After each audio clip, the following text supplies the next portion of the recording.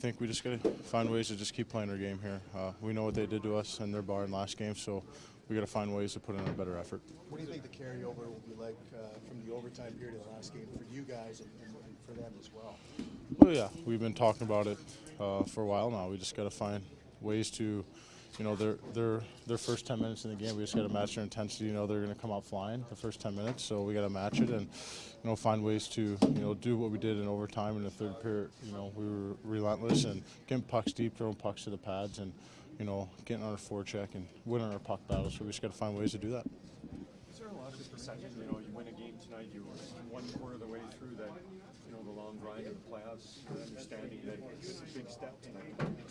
Yeah, it is. Obviously, it is a big step for us and our group, and we all know what's at stake tonight. So, this is a really good veteran team over there. So, they're gonna come out flying tonight, and we just got to find ways. Like I said before, is just match their intensity level.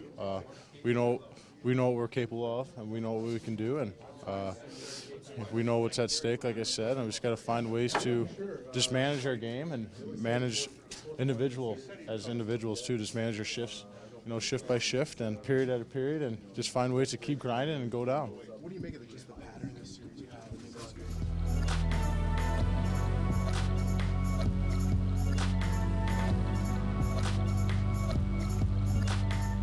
Gave in that game. So we did a good job responding after being down a couple goals in Game 5, and we raised our level of play, and that's the type of play we're going to need tonight, and maybe even a little more. So they're a team with a lot of character and guys that want to win. So it's going to definitely be the hardest game of the series tonight. Seems like both teams are almost taking turns bringing your best game, and there hasn't been a lot of time where you've both been playing at the same time. What do you make of that?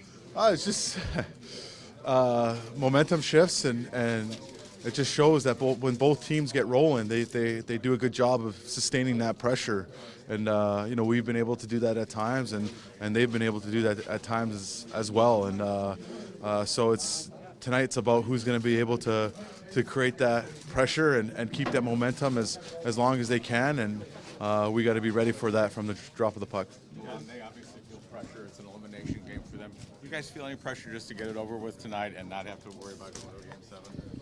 Well, I mean, there's always pressure, regardless of the situation. And like I talked about, the fourth win is always the toughest one to get. And we put ourselves in a position to be up in the series going into a game like this. So you want to do what you can to bring your best game and make the most of that position that I was just talking about. So, like I said, we know they're going to bring their best, and if we want to come out winners tonight, we got to bring our best. So, we learned our lesson, I think, in Game 4, and being comfortable with the series lead. So, hopefully, we don't have to learn another lesson tonight. This is your first run through this as a team.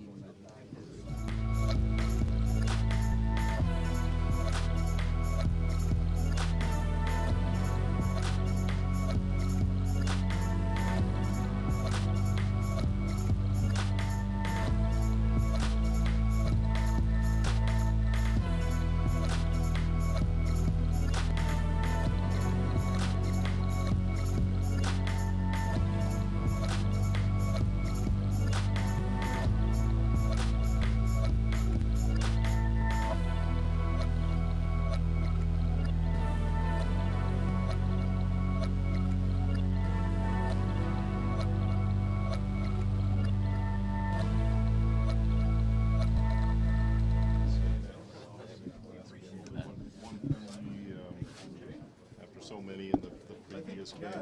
I'm not too sure what it is. Just staying disciplined, playing smart. Being hard but smart. How important is that to have a repeat? Kind of keep that discipline. Very important. Yeah, we've shown what happens when you take a bunch of penalties. And the result's not good for us. So we got to stay out of the box. When you look at the points in this series where you guys have carried the majority of the play, what things are you doing well in those moments that allow you to do that? We're just skating. Playing relaxed. I think when we find ourselves getting tense, that's when we find ourselves behind the 8 ball. So playing relaxed, skating, playing our game.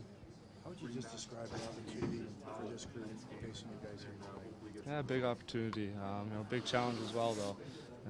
They always talk about that fourth game being the hardest one to win, and they're going to be at their best. They're going to be at their most desperate, so we can expect that. The pattern of this series has been just kind of erratic. I mean, there's been tight games and overtime and blowouts. Yeah, you don't really know what to expect. I think a game like tonight, though, you can expect them to be at their best. Like I said, they're going to play smart. They're going to play hard, and This is your first time as a team going through that experience you just talked about, this being the hardest game to win. Do you think that the energy level that you guys have and the enthusiasm is going to be an asset in this game? yeah, we're going to have to match their compete. It's going to be right up there at the top, so we have to match that and exceed that. We have young legs over here. We've kind of relied on that all year long, and this series has been no different. There was a lot made about the hit you threw on Sorensen in the last game. How much of that was just trying to contribute any way you can, or was there any personal frustration creeping into the game a little bit, maybe? Just saw an opportunity to make a hit and hit. Connor, you guys are going through this for the first time, a lot of you. How do you think you guys, as a group, through 5 games, have maybe lessons you've learned, the ways you've gained some experience? Yeah, I've definitely learned a lot of lessons. This series has had it all, really, honestly. Tight games, like you said, blowouts, all the ups and downs. So definitely learned a lot through the first 5. How much did doing so better face-off circle help you guys last game? Just with everything, better changes, matches, that sort of thing. It helps. It helps with everything. When you're good on the dot, it helps with everything. That's going to be important here tonight.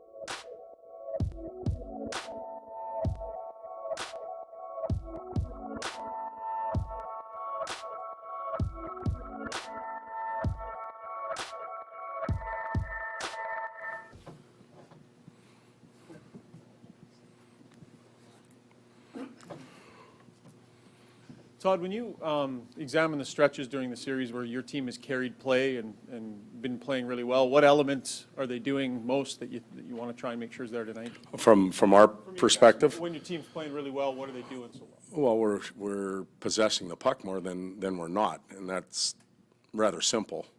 As far as an assessment goes, there's a lot of work that goes into it, face-offs, winning competitive 50-50 situations, and then playing with a little bit of pace. When we get bogged down, we're a little bit slower. It doesn't work in our favor. Todd, how would you just kind of describe the opportunity facing your team tonight, and also just the erratic nature of just this series and how different all the games have been? Well, the second part, the erratic nature, I think is a common theme in the first round. It often is many years. Going back, there's teams that come from behind in series and games, strange plays, a lot of emotion in that first round. The opportunity for us tonight, I hear a lot of the media asking questions about close out, and for me that's the wrong way of approaching it, because that's the back end of the game. That happens at the end. It's everything that goes into it. So we won't talk about closing them out. We'll talk about starting. We'll talk about things that we need to do well, and they have to happen from minute 1 through minute 60. They can't appear at minute 11, 12, or 13 because it could be too late. Todd, you got Nugent Hopkins has been on Joe Thornton, and yet in the overtime it was like Nugent Hopkins said to Joe, "Okay, now you stop me." Does that have to change somewhat? I mean, your mentality, you're going to stop the superstar players. And Nugent and Eberle have done a good job, but sometimes it should be the other way around, and they're looking at them thinking, "Now you stop me." Well, I think you take what is happening on the ice surface at any given time. You're not going to win every shift. You're not going to create offense every shift. If your group of players, and you can use Ebbs and Nuge if you want, or Jumbo and that line, but any given line, you're trying to win that shift. You're trying to push it in your favor during that 35 seconds. There are a few shifts a game where you get scoring opportunities. The rest is kind of back and forth, 50-50. They're, in my opinion, that's a group of superstars that are playing against each other, and they each have the right to push and have success. Would we like Nuge and Ebbs to come out on top? Of course. If you look, you're going ahead, whether you're going back for Game 7 or going back for Games 3 and 4. At the start of going into the new building and all of that, it was pretty quiet in that rink, and you had the advantage of having been in that '06 series with Detroit. But how would you characterize what that crowd has given you in the playoffs so far? Well, we knew, we're going back to our crowd in Edmonton, obviously. We're talking about what's happening there and the excitement that is not occurring in the city, not just in the confines of Rogers Place, outside and around the community. You can feel the energy just driving around town, and I think that's a lift for the players. Then you squash it a little bit more into that ice district, and you can really feel it there. And then you put it inside the building in Fort Hall, and it goes up even more. Teams have built slogans, I think of the Seahawks and those type of slogans around their fans. I don't know if we need to do that because our fans just do their thing. And it's really exciting to be a part of. And that's something that we'd like to continue. There's some buildings you go into, and there's some moments, even after being in the league for however many years, the hair stands up on the back of your neck. I think of Chicago's anthem. I think of our anthem now. I think of our fans, and how excited they get. It makes the hair stand up on the back of your spine a little bit, and it doesn't matter how many games you've been in the league. Todd, it seemed in overtime you were able to roll just about any line. You had your whole bench available to you. You feel like that's a big benefit to you, that if the flow of the game is such that you can keep everybody engaged, that works well for you guys? Well, that's what the plan is to keep everybody engaged and everybody finds a way to contribute. And I think all too often, it goes back to Maddie's question a little bit, is those top two lines kind of neutralize each other, and your third and your fourth lines tend to rise or fall to the occasion. We were lucky enough to get ours performing in Game 5, and we need that here in Game 6. Thanks.